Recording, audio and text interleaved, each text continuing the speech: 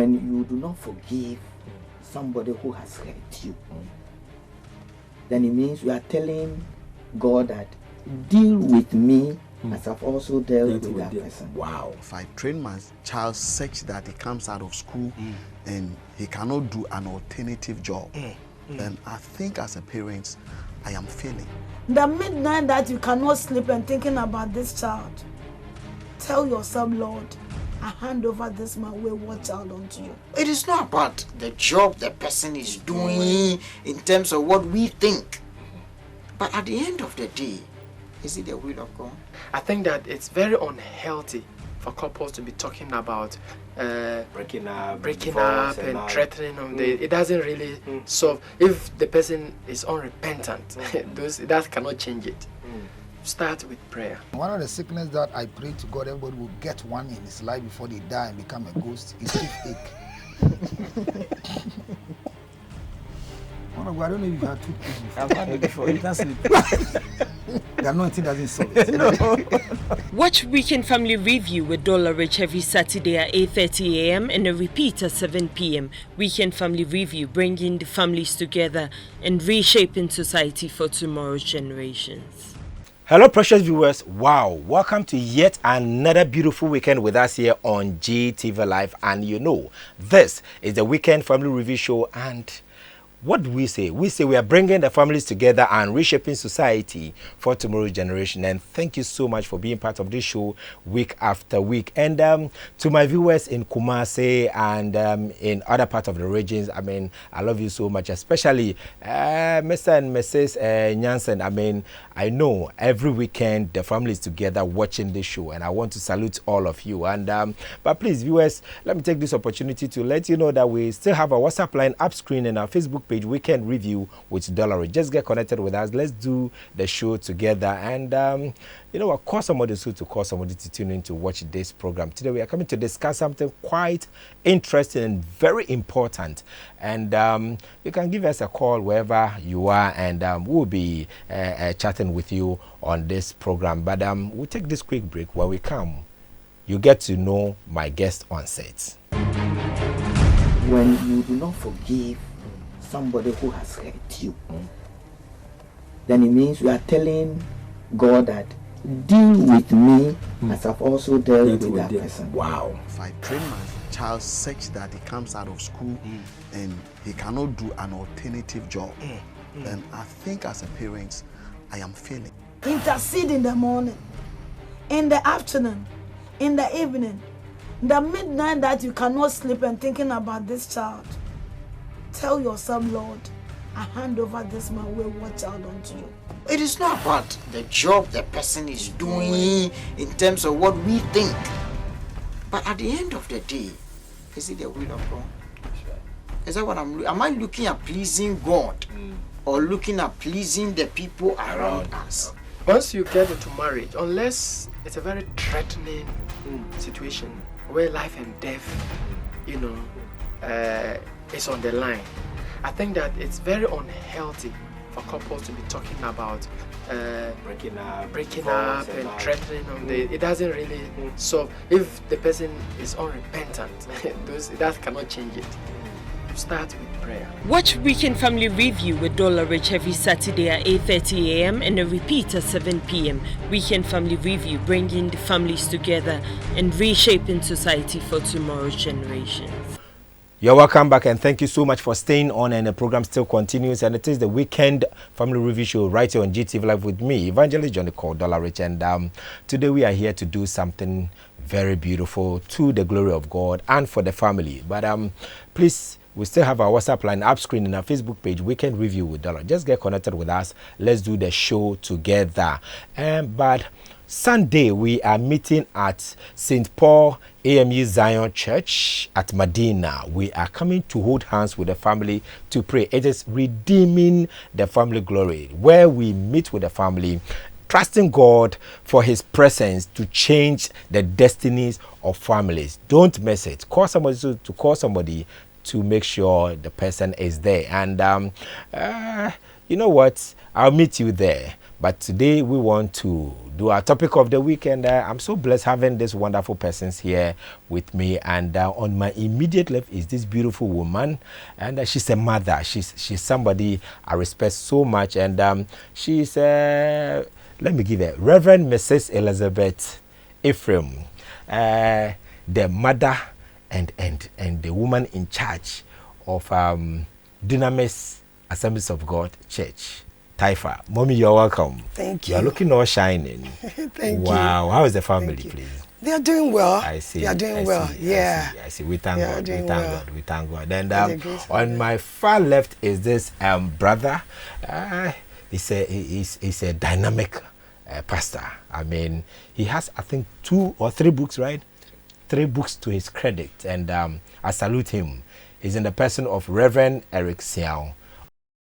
Thank you, sir, my brother. How are you doing? By God's grace, we are doing very well. Wow. And viewers, we are coming to discuss a very interesting topic. And a couple of weeks back, we actually delved into a bit of it, and we were looking at cohabitation. I mean, that's kind of lifestyle where some boys and some girls are parenting themselves, or so to say, I mean, illegally. But today we want to look at the aspect of parenting. I mean, where parents come in, and the church, where they come in to be a support to people who are cohabiting. And I'm grateful I have Reverend Eric Siao and my very own mommy, Mrs. Elizabeth Ephraim here. You're welcome once again. Thank you very much. Thank you. Wow, we are honored to be here. Wow, thank God. Now let me start from mommy. You know, this cohabiting is a big issue. I mean, for most families, and right. I know even the church. You know, as a mother, sometimes when your daughter or your son is into some kind of habits that you wish things can change, and still things are not going on well. It's difficult. But let's look at it. When a daughter or a son is cohabiting, what actually pushed them into such thing in the first place? Okay, first of all, let me say hello to the viewers. And I want to say a big thank you too for inviting us. That's right. Yeah. Yeah, you know, this is a very big challenge. It is a very big challenge in our society, in our country, you know, and worldwide. And so, you know, it stems from the fact that families don't take up their responsibilities.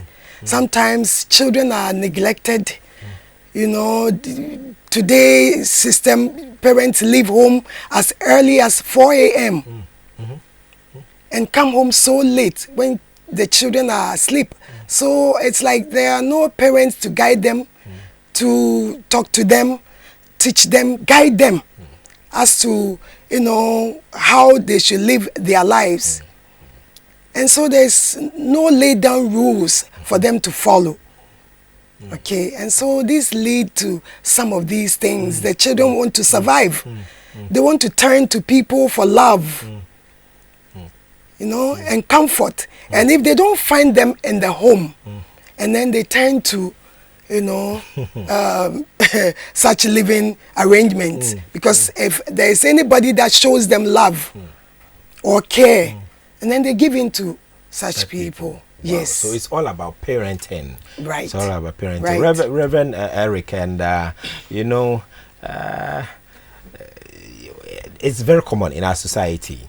And sometimes you wonder exactly what is actually keeping the two of them together. What would be your take? Well, thank you very much. I also want to acknowledge viewers. That's right. And the privilege to be here also with my mother.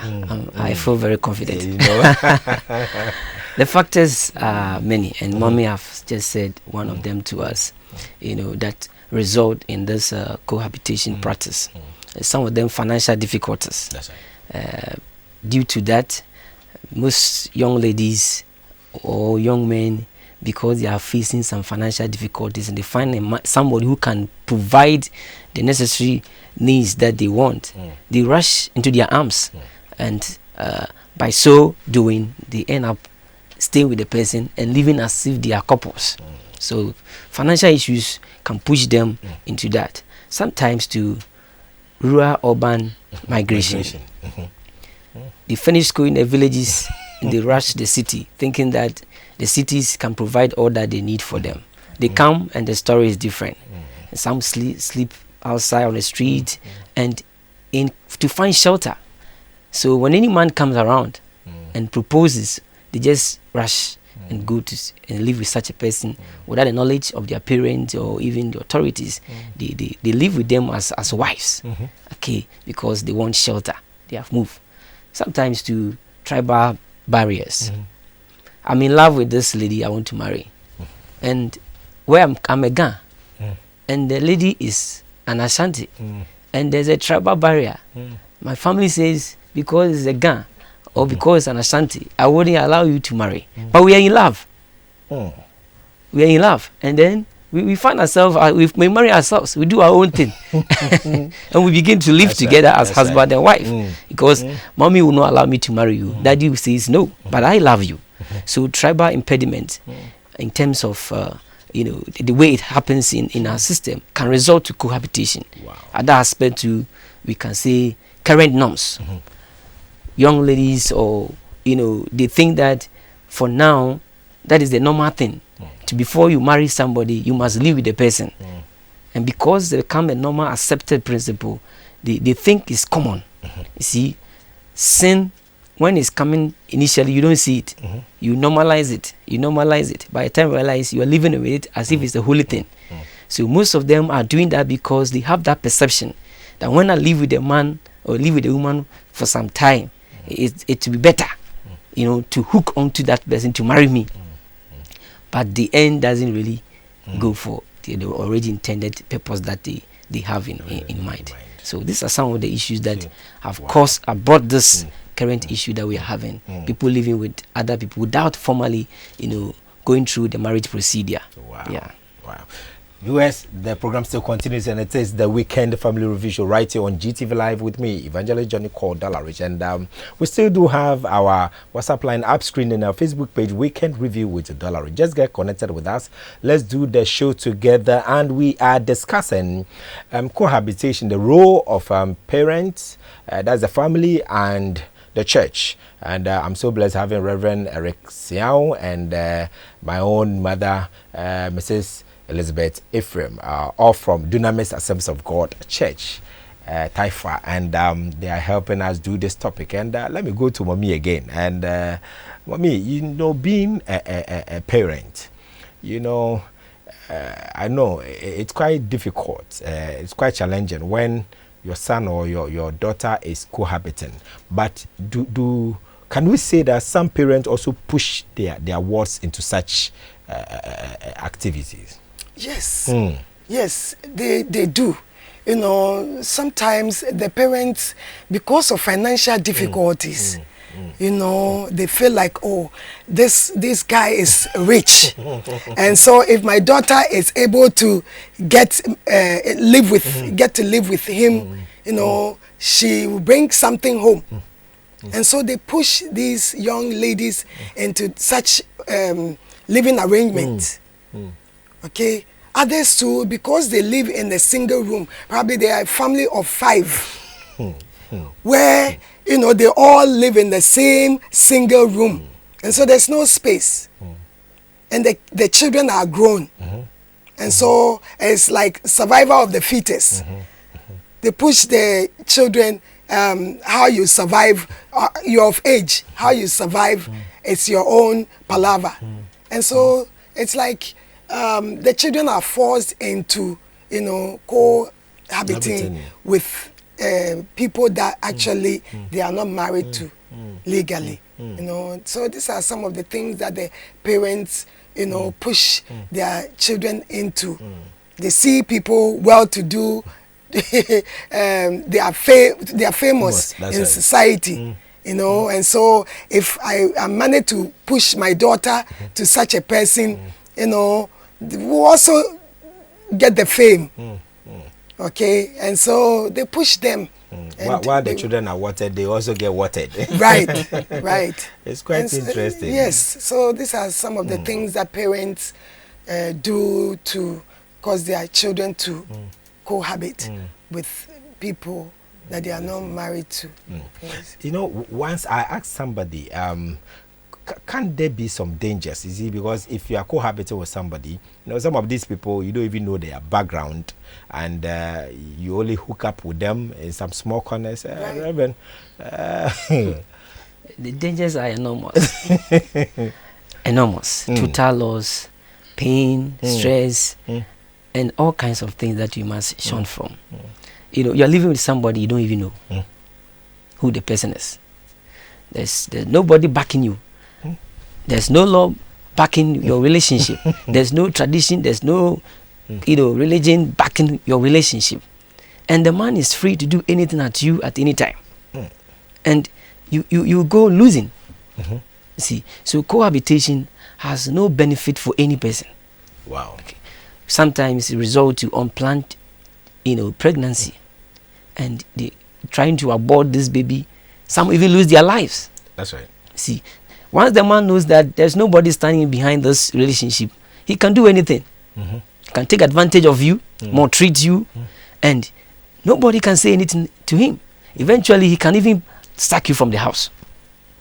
Yeah, we have a couple of issues or cases where, a woman believed or thought that if I made commitment to this man, live with the person, and sometimes the man, if he doesn't have money, but the woman will go and work and take care of this man. One is not even the rightful husband or legal husband. Eventually, the man will say, "Oh, you are not my class. I have found." Sometimes they even have already planned marriage somewhere that you don't even know. But because you are sleeping with the person, you thought that, oh, you are the wife. See, but you lose. You lose. See, so we have to, like Mommy said, parenting is a critical thing that we have to look at it again. In whatever society we want to have, it starts from parenting. You see, so when family values are broken down, these are the kind of result we have in our society. And ladies are most at the losing end. Mostly, they are the losing end. See, because they have the perception that once they are sleeping with you, they have hooked you. You are going to marry them. But the gentlemen don't have that mentality. Gentlemen, most of them. I wish you could go back on that again, because there are some ladies, they feel so far as they open up to you, I mean, then you are for them. Yes. Yes. Just like I said, they have that perception. And when they are coming to sleep with you, coming to you, they have the perception that once they are working with you every day, they have got you. To them, you are the husband. Not the case. That's not the case for the man. The man is not thinking that way. Before a man settles, he's looking at so many things. You see, way back in school, there was this guy. Every semester, I will see him with a different girl. And I asked him, he said, "Oh, it's a new semester, so I must get a new person." But the lady who was coming in didn't have that mentality. She thought that I've got a boy or I've got a man that I'll live with, study the person, date, and go through courtship and marry. You see, so she comes in with all the emotional, psychological, physical commitment, whilst the man is playing his own cards. See, so ladies should take critical decisions on this. Should understand the whole purpose of marriage before they try to say they want to take advantage of an available man. Yeah. But Mommy, let's look at it. If like we have established, probably sometimes financial difficulties and probably living with a family of almost about 6 people, you're all aging about 20, 18 years. I mean, you guys are really growing, and you don't have 5-bedroom house for everybody to have his own room to himself or herself. But does that warrant you moving into, or I mean, getting yourself involved with a guy and leaving home? I mean, should that be the case? No, it shouldn't. Actually, it shouldn't. But the foundation in the home is weak. There are no laid down principles. There are no checks on the children. And so they do whatever they want. You see, counseling starts from home. That's right. It starts from home, where children are being trained properly. There are laid down rules, policies. The Bible says, train up a child in a way that he or she should go. And when they grow up, they will not depart from them. You know, so how do we train our children? If you let the children know right from infancy that this is wrong, they grow up to know that this is wrong. That's right. If you train up the child to know that don't go here, they grow up to know that they are not supposed to go that way. Okay? And so it stems from the fact that the family must, you know, be firm. There must be firm, you know, lay down principles, rules that the children have to abide by. Parents, our role is to train the children, is to teach them, to guide them, to take care of them, show them the way to go. And so if all these things are not in place, then you can imagine they do whatever they want as they grow. Children go wayward, or right from, you know, the early stages, they do the wrong things, and we refuse to check them. We refuse to control them. Oh, she'll be hurt. Oh, he will be hurt. And so we don't check them. And they do their own things. Know that if you're a parent, they are growing. They're having their own way. Little by little, it will get to a point that they won't listen again. Wow. They formed their characters. They formed their behaviors. Their attitude, you know, it's already been formed. Wow. And so they do whatever they want to do, whatever pleases them. You know, because there is no solid foundation, laid down rules, proper rules and regulations, policies in the home.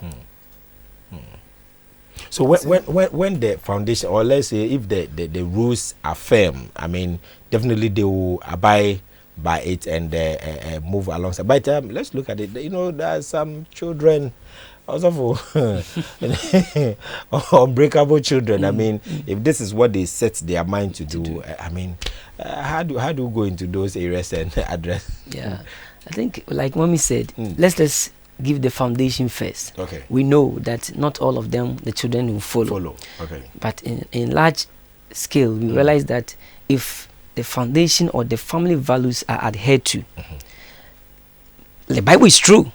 They will grow up and they will not. I will not forget. They will get to environments that are not friendly to what they know, what they have formed from the home. We are not saying all of them are going to be 100%. That's right.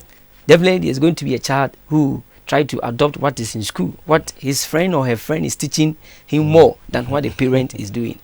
But generally, when we give the foundation to a child, we are sure of a brighter future. So the core and the core and the core is on parent. We are chasing money. We are chasing all kinds of things. But can we ask ourselves, what are the values in my home? How are the children abiding by these values? You see, there is nothing like having a child who fears God, who follows godly values and principles. Your child may do well academically and have all the profession and the money. But if he is not really founded in Christian principles, you always cry because he's always going to bring trouble to you. That's right. He's always going to bring problem. The association they have, the friends he's going to bring home, you see them and you weep within you. And there is no joy than to have a child. He doesn't have money, but you can see he has character. He can have character. See, so yes, some may go wayward, but we still have to insist on inculcating our family godly principles in the children, and we'll have a brighter future. We'll surely have a brighter future. And the program still continues, and it is the Weekend Family Review Show. Here we say we are bringing the families together and reshaping society for tomorrow's generation. This is our core mandate, and we love you so much for being part of this show. And you know what, we still have our WhatsApp line up screen and our Facebook page, Weekend Review with Dollarich. Just get connected with us. Let's do the show together. We are actually discussing co-habitation and the role of families and the church, and they've been giving us some kind of background, and but we want to go to the church aspect of this cohabitation. You know, interestingly, most of the people who cohabit are in the churches. Right. That's so true. Yeah, no doubt about it. Somebody say, how do we deal with it? For me, the church. Okay. Well, first of all, I like to say that the church is against it, totally against it. That's right. Okay. And so what the church can do is have programs, like seminars, workshops, where we educate members. Let them know that this is totally wrong in the sight of God. And even in society, it is wrong. And so the church must also, try to have principles and like seminars, like I said, workshops, and probably help those who are involved in it. Like we initially said, some of them is due to financial difficulties. If the church can come in and give financial aid to such people, sit them down, have counselors, take them through counseling, educate them, find out the root cause of this living arrangement, why they have to live with somebody that they are not legally married to, and then through that you counsel them. Apart from that, like I said, financial aid, where if they need to, find a place to stay. That's right. Or maybe you can get members that they can perch with. Okay? Yeah, for the time being. At least. Yes, at least. Until the right thing is done.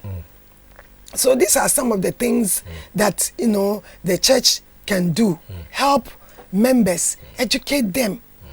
Let them know that this is wrong. It is wrong by all standards. It is wrong in the sight of God.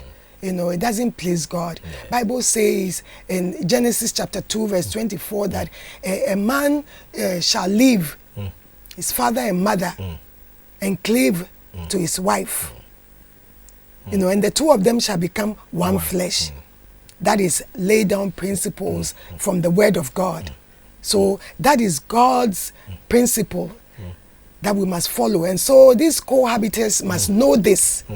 They must know that this is the foundation of, living with a man or a woman. This is God's principle that we must follow. And so they must abide by it. Because without that, there's no protection. The protection that comes, from God, it's not there. It's not there. And when there's no protection, there is no backup. Then where do you stand? Wow. You stand to lose. You stand to fail. And you don't want to go through that, And so you do the right things as the church, takes them through counseling and then help them to overcome this living arrangement. Sure.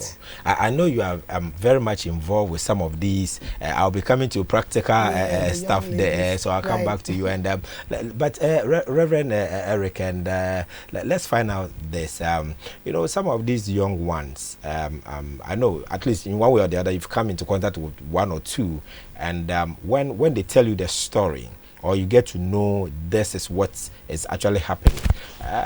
What is the first step there? Because there are some people who are watching right now and they would want to use some of these examples to tackle some of these issues in their churches and in their environment. What are some of the practical things to start with? Because there are some people, they would want somebody to be in their shoe, to feel like how they feel, empathize with them. Yes. So what should be the first approach? I mean, how do you get these people helped? Okay. Thank you very much. I think we have a successful case in our church. That's right. That there are two sides of this issue. There are the young ones who are coming up, the kind of education we should give them, and those who are already in cohabitation. That's right. What each of this, group, there should be a specific approach as to how to go about it. And even in each of these groups, the way to go about it depends, like Mommy said, the cause that resulted in their relationship. Because some could be finance, some could be tribal. So you need to look at the dynamics of all these issues before you know the approach that you have. But from the pastor point of view, or from the what we practically have done, we have to show love. Irrespective, we know it's a sin, like mommy has given us the background, and of course Bible really shows such relationship. You go to 1 Thessalonians 4:3-5. God said, it is my will that we all be sanctified. That's right. And the sanctification, he classified, we should run away from sexual immorality. Then he goes on to say that we should, each one of us should control our own bodies that will be holy and honorable.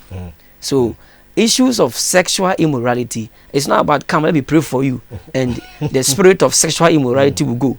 The Bible says that each of us should control our own body. So if I get myself involved in any act of immorality, it's not anybody pushing me, it's me. I didn't control myself. And he goes on to say that those who indulge in such acts will be punished. That's right. So let us not hide behind grace and do things. Grace is righteous. Grace is Christ. Grace is purity. So anybody who understands grace will know that God is stand for righteousness. So the pastors should come in a point of pointing out the biblical foundations to marriage, to the people involved. First of all, I said we should have to embrace them. In a critical case in our church, we go to the person, we go to the people, the couples involved. Normally, one comes to church and the other doesn't. Either the lady is in the church and the gentleman doesn't come. They know already what they are doing is wrong. That's right. But we need to approach it with much respect and love. So there's a case that we called the person, the couple involved. We sat them down and then we explained the principles of marriage to them. We asked them, your relationship, how do you feel? What are the responses are you getting from your family and from the church and from your community? Obviously it's not good. What you are getting from your parents because of what you are doing is not good. Then we ask them, so now that you see that the responses you are getting from your parents is not wholesome, it's not welcome, what must we do? We are getting them involved in the process of solving the problem. They come out, Pastor, you know, my case is like this because of money. Because the tribal issue I was talking about, because I am this, my mother say he won't allow me to marry this person. See, so once they point out the issue that resulted in their cohabitation, then we move forward to that problem. If it is a family issue, we move forward to the family and negotiate with the family. You see, your daughter and this man has been living for quite some time. Sometimes they have a child, sometimes they don't have a child. Then we try to negotiate with them. They are not living properly. So kindly help us. We as a church, we are in a position to help them to solve this problem. It could be the bride price, which is too high. Then we negotiate. There was a case that we negotiated with the extended family to reduce the bride price for us, so they could get married. To God be the glory. It was successful. And today, the man who was not a believer is now a believer. Why? Because of the intervention that the church played in making sure that they have a very beautiful, they have already got about 3 children, and they had a traditional marriage, and the church also came in to help them bless the marriage without any financial, constraints and difficulties. So this is one of the practical things we did in our church, and it was very successful, and we hope to continue in that regard. Yeah. Mommy, coming to you again, there are a lot of these let me use the word cohabitants out there, and some of them in one way or the other wish they could have such support as you are leading to right now. And most churches, I don't know the activities and their role they are playing though, but there are hundreds and millions of people out there who are involved in some of these things, and you having a direct kind of relation or kind of a hand in some of these things, what will you tell other churches, other pastors, other faith, like how to come up with something to be able to draw some of these people together and give them a better start in life?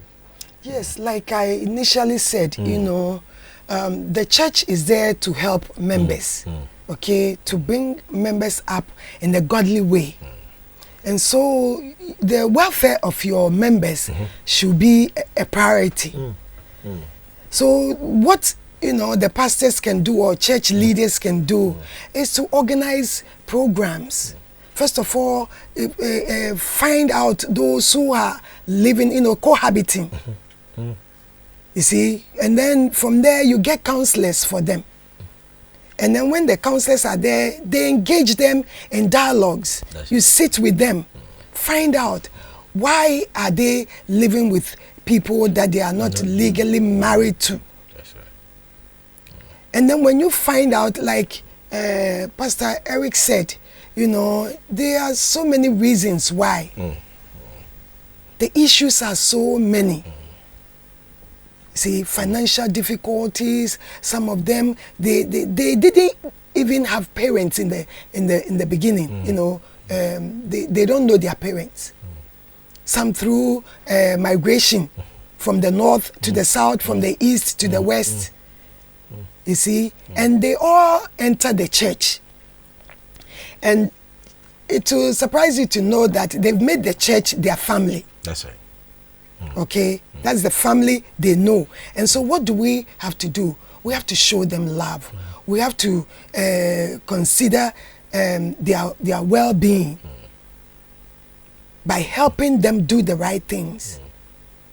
And so we fish out, or we find out those who are living in such kind of situations. You see, we engage them in dialogues, talk to them, find out what the issue is, why are they living with people that they are not properly married to. And then we take it from there. We help them financially, I said, or if we can even go further, rent a place, a single room, or so for them to live in. And then also teach them. There should be, seminars, programs, workshops, where they will be taught, and then they will be helped as well to come out of this.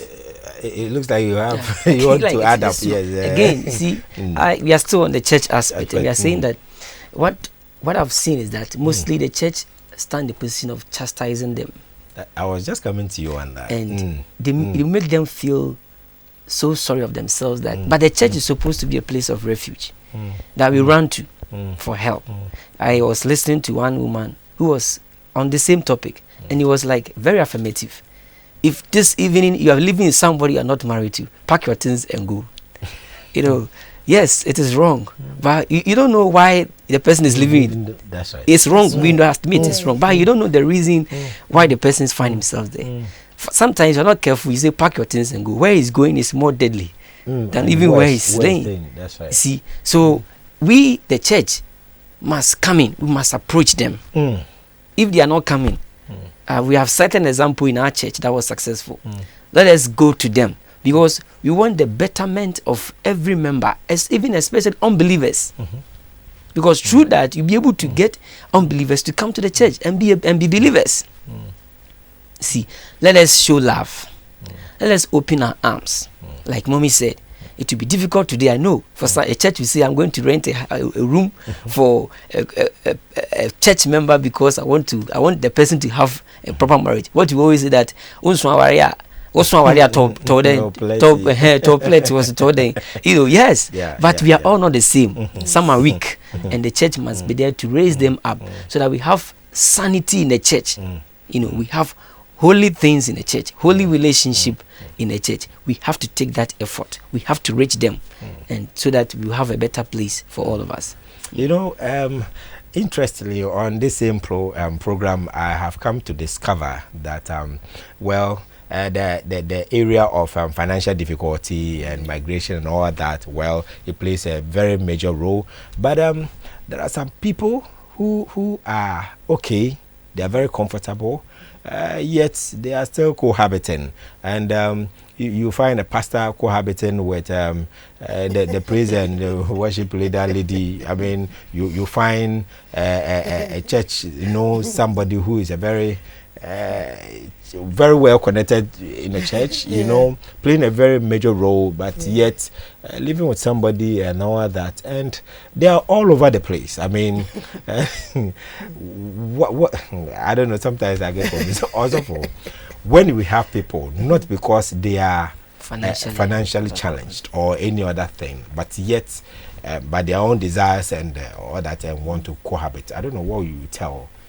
The church is an organization, and we are governed by the Bible. That's right. And there are principles in the Bible. Yeah. If we preach the word of God to you, do not go and fornicate, and you fornicate, you are bringing impurity in the church. And the Bible has given us the ways and means we can deal with that impurity. So when we have advised the couple involved, we are giving them the necessary help, and they still find enjoyment living together, disobeying the rules of the church. I think the church has disciplinary measures. That's right. Yeah. Every proper church should have, because that's what the Bible is there for us. You see, so when we have done the necessary levels and you are still doing what you are doing, the church must take the rod and not spoil the child. And not spoil the child. So in every denomination there's a way that they go about it. In Assemblies of God, for instance, there's a way we go about, disciplining such people. Even the Bible is clear. In some places you can't hold positions in the church. You can't participate in certain rights in the church, all because you are trying to be disobedient to God. So the church must take disciplinary measures against such people in order to protect the beauty and the holiness of the church. Yeah, I know, Mommy. This is quite challenging, because earlier we were talking about how probably if you want to rent a place for the person, or probably ask somebody, okay, fine, can this my daughter or my son stay with you for a while? Because sometimes they don't have any alternative, because most of these people, they don't have alternative. I mean, but so if you're able to give them that alternative, then probably they will move out, except those who want to do it by pleasure. Okay, but those who are hard up and probably what is the way forward? Can the church really set up something? I don't know, it's a call to us, or what do you think? Yeah, like I have said already, the church is there to show love, to embrace such people, and to help them out. We don't want to lose them. That's right. Okay? We still want them to serve God, to be, believers. And so we need to put certain measures in place. Okay? Like I said, probably we can have, raise funds, help such people. We engage family members. Like Pastor Eric said, in our church, what we do is, we, the counselors, we go the extra mile to engage family members, talk to them, see how best we can, come together with them, help those who are, living in such conditions to come out of it. If the church has to help financially for them to do the proper thing, like the traditional marriage, and then the ordinance, it doesn't have to be anything expensive. Okay? It doesn't have to be anything expensive. But then we know that families have agreed. The church too are in agreement. And so we decide that, okay, with the traditional marriage, sometimes they give a long list. And so it scares them off, the guys, it scares them off. And so we try to negotiate with family members, if they can do something about the list, if they can do something. And we've tried that, and it has working. Yes, it has worked.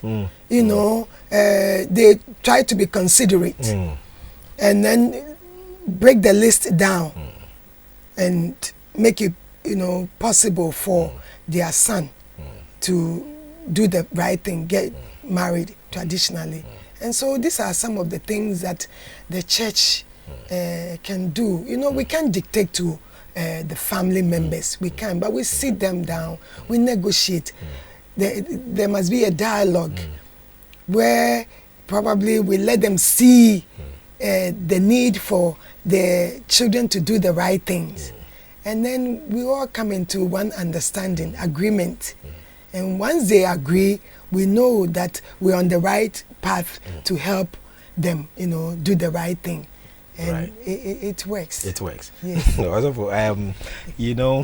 I was having a conversation with somebody, and interestingly, the person came up with the fact that, the church wedding has become a competition. And now in society, how much will you even earn in the first place? Talking about this wedding thing. So, cohabitation is the best option. Because, I don't know, in your case, I know you are putting so many things together to help people to be able to get their life well started. And but others, there are some places you go, the rudiment, the kind of structures they have will, actually even prevent you from wanting to get married in the first place. I don't know what you said. Well, I think you are right. We want to follow, and there's a kind of competition, like you said. It's true that the young ladies want to compete among themselves. Why am I attacking ladies today? When it comes to marriage, we need to really talk to them. But we care about them. We care about them because they suffer most. Yeah, sure. See, they suffer most, and most of the competition is among them. I want to beat my friend. My friend had this kind of party, this kind of champagne, number of champagnes. So I need to have this number of champagnes to pop up. So it's about them. So normally when they come, we can. That's why we have to institutionalize councils in our churches. That the church blessing or wedding, it's not about the dress you wear. It's not about the number of people who follow you.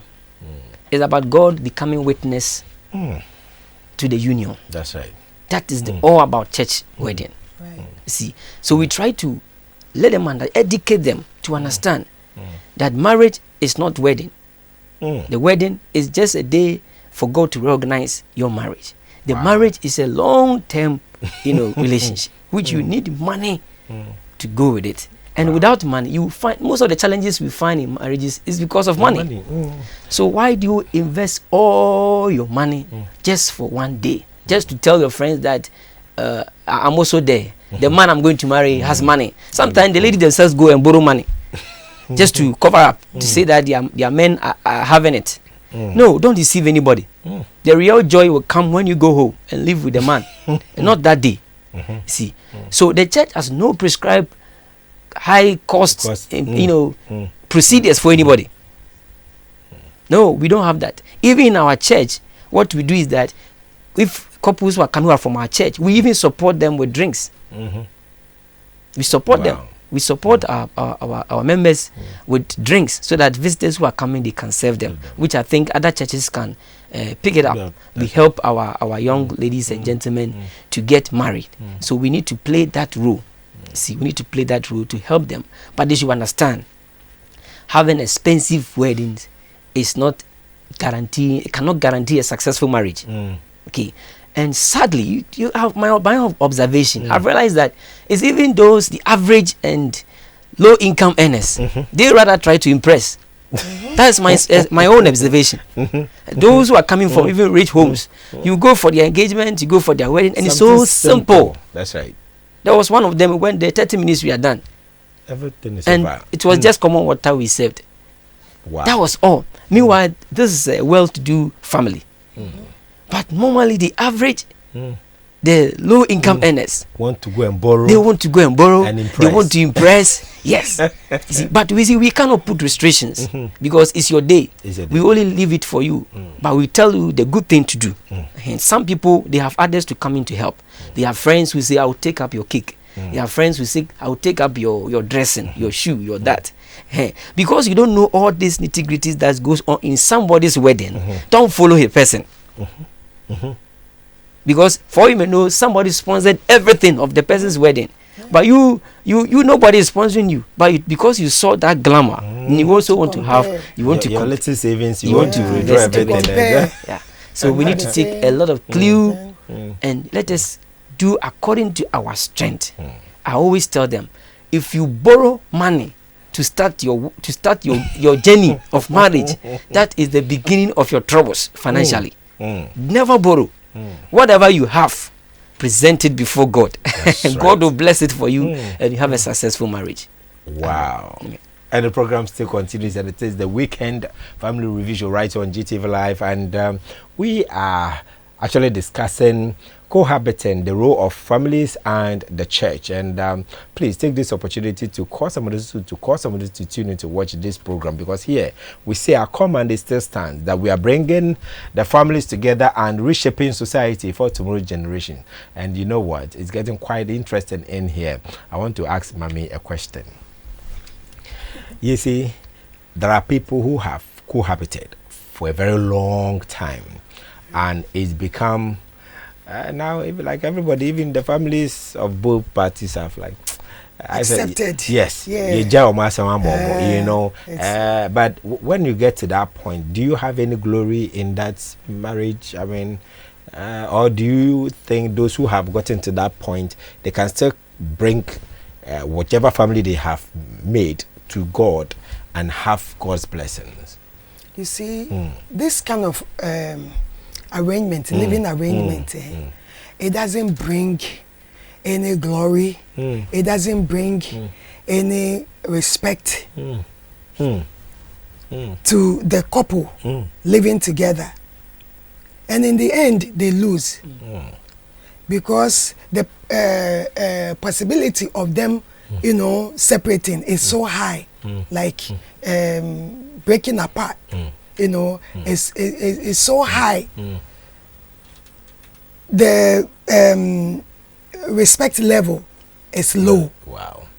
There's no respect, because the guy feels like, oh, you know, I live with you and I haven't done the proper thing, the right thing. You know, nobody can hold him responsible. And so the respect is not there. But where he has paid bride price and done the right thing, you know, the respect is there for you. He's so careful, you know, as to what he does. And so some of these people, they have lived for years. It doesn't bring glory and honor, first of all, to God and to themselves. There's no respect. There is no respect. There is no respect at all. You know, interestingly, when we had this topic, the legal aspect of it, Dr. Maurice Ampao, the legal practitioner, said something that, I mean, you lose completely. When anything happens, there's no law backing that particular... Family members don't recognize you. Should anything bad, you know, happen, the family members, they don't recognize you as a wife. And even...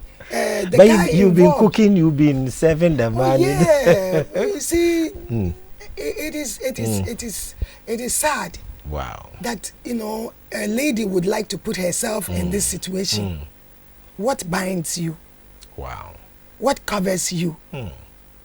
Legally, there is nothing. You know, so in the end, you lose. And the sad thing is, if you have children. Wow. If you have children. You know, because where do they stand in this situation? You see, if anything happens, probably mommy would like to leave. And so, what happens to the children? Do you go with them? They are torn apart. Or do they live with their dad? And so the children come in between and they suffer a lot. Wow. They suffer a lot. Family members of the man, they don't recognize you as a wife. And even the guy can also go ahead and have as many women as he feels like. Today, if I'm not happy with you, after all, you know, I'm not legally married to you. So let me go for Abna. I am Abna. You know, so let me go for Abna. If, you know, it doesn't work out, I'm not happy with her, let me go for Ya. And so he will keep, you know, changing and changing and changing. Because and there's nothing. There is nothing binding the two of you. Who is going to hold him responsible? Wow, wow. He hasn't paid any bride price, any drinks, nothing. Wow. Okay, so he's free to do whatever he wants. And this goes to the young ladies. You know, they have to really sit up. Seriously.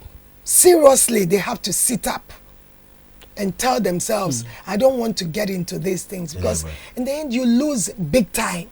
Wow. Awesome. that reminds me, a storybook I read way back, I think Esther's, and it was Kokwa Nancy was having one daughter, just one daughter all his life. And Kokwa Nancy has been going through a very financial difficulties all his life. So one day he sat down and said, why am I suffering? I have one daughter that I can use as a bait to become rich.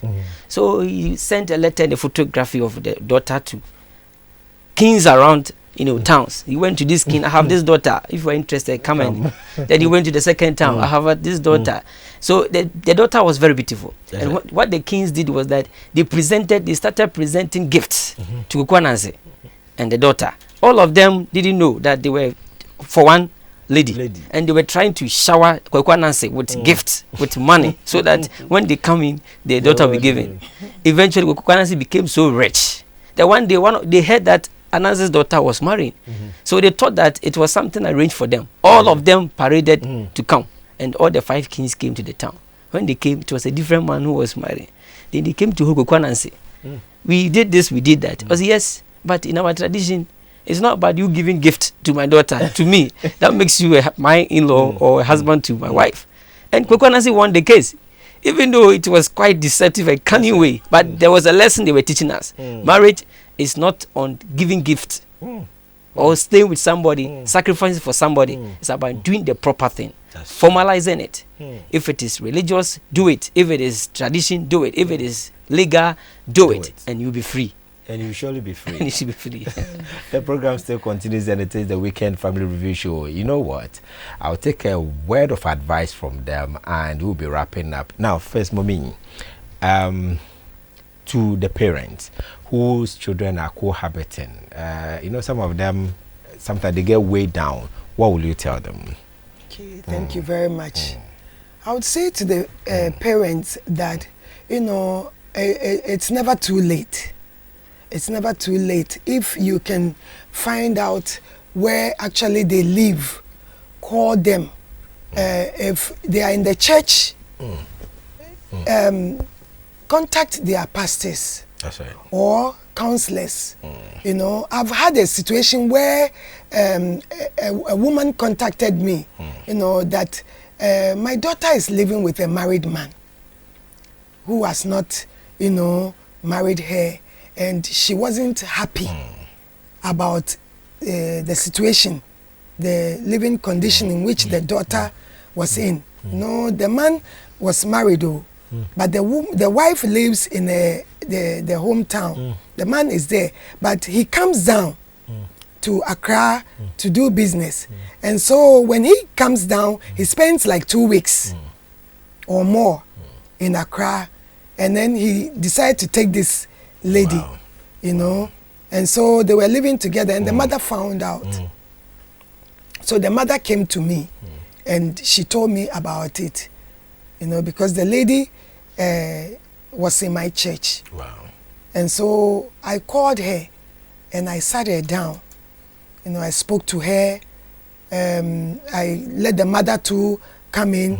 We spoke, and then what we did was to contact the man involved. And so when we spoke to the man that, no, this is not right, he must stop. Because we are going to tell the wife.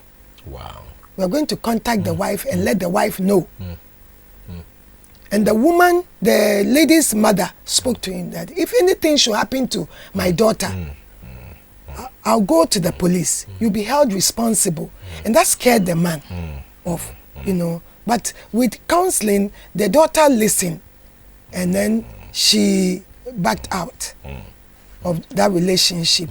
And so we took her through proper counseling. We took her through counseling. We gave her all the support that we could give her. And then I realized that she joined the choir. Wow.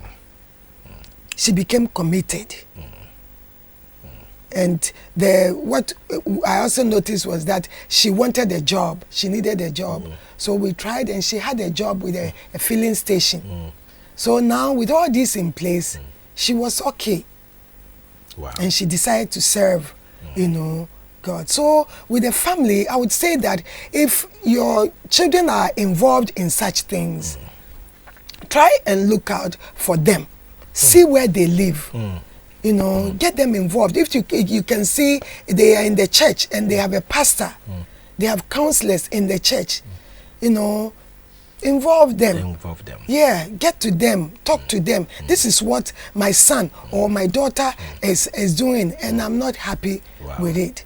And let them call them, and then, you know, help them come out of this situation. You don't ask them to completely or move immediately, pack baggages and bag and move out, because sometimes there are children involved.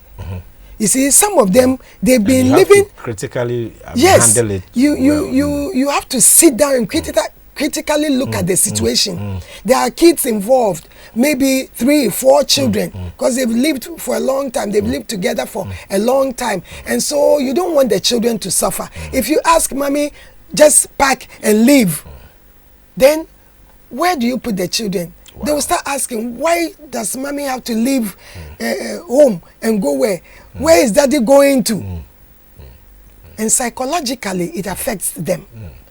And so you weigh the situation, and quickly what the family can do is contact the church. If they are in the church, contact the church. Sit, you know, down with the pastor of the church or maybe counselors and see how best, you know, they can be helped to come out of that situation. If they can quickly be married, properly married, you know, where we can help the family do the traditional or the ordinance marriage, then we help them so that they can do the right things and live properly.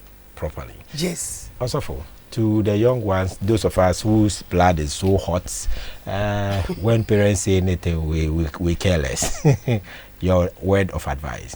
Well, my word of advice is this. In Proverbs 3:6, commit all your ways to the Lord. Submit to him, and he will make your path straight. If you really want a glorious future, a glorious marriage, submit to the Lord. Go, if you are living with somebody who is not legally married to you, run to your parents, run to the church, and let them help us do the proper thing. And the Lord will add his blessing to us. That's it. Amen. Amen. Viewers, thank you so much for being part of the show, and this is where we come to the end of it. And let me take this opportunity to say a big thank you to Reverend Eric Siao for passing through the program. Also, thank you so much for coming, and my very own mama, Mrs. Elizabeth Ephraim, thank you so much for coming. You're welcome. It's a pleasure having you. And viewers, thank you so much for being part of the show. And usually we take our scripture for the day, and today we want to look at something in Habakkuk chapter 3, and I'm reading the verse 2. It says something quite interesting. It says, Lord, I have listened to what has been said about you. I am afraid. Lord, revive your work throughout all our lives. Reveal yourself throughout all our lives. When you are angry, remember compassion, remember mercy, remember compassion. I don't know what you are involved in, but I came to tell you that it is not too late. God still has compassion for you and your family. It is not too late. Don't worry. God is still on his throne, and as always saying, so far as he's on his throne, you will always win. God richly bless you. See you same time next week. But remember, Sunday, 8 a.m. sharp, AME Zion Church, St. Paul's Church at Medina. We are meeting there, holding hands with the family to pray. It's going to be awesome. You will never be the same. See you same time next week. God bless you.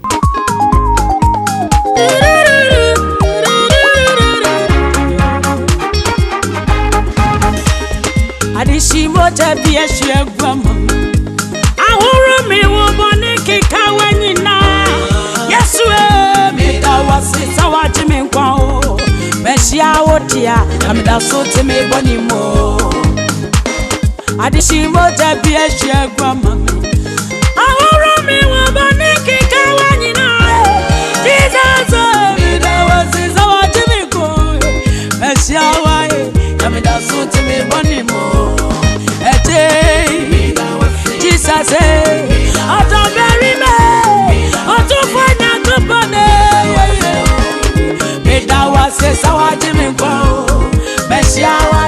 Namida so to me banimo. Aja, asabari ma yasui. Okutukuru nyamye, ibeda wo. Megawa se sawaji meko. Mesia oja, namida so to me banimo.